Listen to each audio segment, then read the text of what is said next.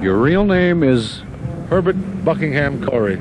Corey. Now, of course, I've got to ask where Tiny Tim. Who gave you the moniker? I've had so many names that one of them, I had an agent named George King, and he gave me the name back in 1960, and it caught on. The reason he did that is when I used to do amateur nights, when they said Tiny Tim, they looked for a midget. And since I was not a midget, it created an illusion. And Mr. King wanted the creation of an illusion, for something different, and it worked. And you admit you are something different? Well, in comparison to the name, yes. First of all, Mr. Donovan, it's nice talking to you on your show. And I can say I was asked in 1967 by Richard Perry, who was the producer at Warner Brothers, Reprise Records. I was asked, what song shall we do? I said, why don't we try Tiptoe Through the Tulips? Because for years I've been singing it in clubs, and it's always been a clutch song for me. It always came in handy in a pinch. And so we did the song that people like the best in clubs, from clubs to record. One take? That's right. Mr. Perry at Reprise, my producer then, decided for the second album we should try something different. So he suggested Great Balls of Fire. I was not familiar with that. You weren't at all? Not a bit, except that I knew Jerry Lee Lewis had the hit. So you had heard Jerry Lee Lewis sing it? Oh, yeah.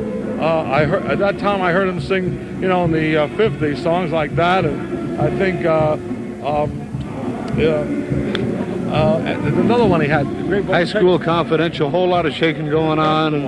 Yeah. Thanks, Mr. Donovan. And so I said, well, I'll give it a challenge. I wanted to take the challenge. I'm singing Great Balls of Fire. And it almost broke out. In fact, it broke out in Phoenix, Arizona, but then all of a sudden it dropped. It was a national hit. It was a small one, but it was a national hit. Thanks. Well, I know it almost made it because they couldn't believe it was not Jerry Lee Lewis. What do you recall now, all these years of that marriage on Johnny Carson's show? How do you look back? How do you think about that now? It was a great moment in show business history. I take marriages very seriously. I think it's a sanctity. Mr. Carson asked us in September of 1969, 3 months before the marriage, would you like to do it on our show? Oh, he asked you? Sure did, because we were going to do it on Christmas Day in Haddonfield, New Jersey, in our mother's house. But he said, no. Would you like to do it on our show? NBC will take care of the bills, take care of her wedding gown. I said, sure, let's do it. The only thing is, unfortunately, like this marriage, so many others, it didn't last. So difficult to stay married today. Boy, what a memory.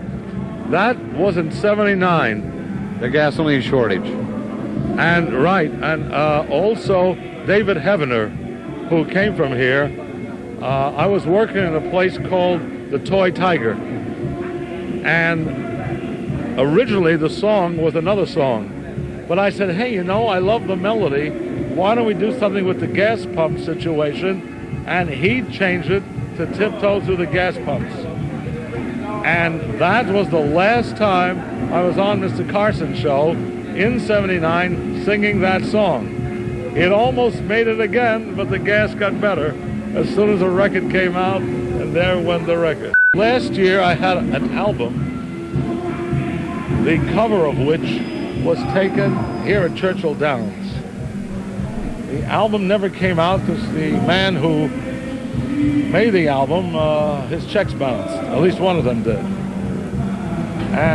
But it's nice to be back in Louisville, home of the Have you done movies?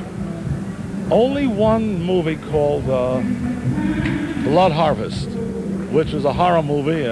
Still hasn't come out yet because of litigations between England and Mr. Rebane, who's the director of the movie in Wisconsin. You have a cameo role, a starring role, just a bit role? What is it? The starring role, I play a insane clown. An insane clown? Who is after his brother's wife, a girlfriend. The man who directed this movie had a $20 million smash in the 70s called The Invasion of the Giant Spiders. Bill Rebane. And he suffered a heart attack shortly after the movie.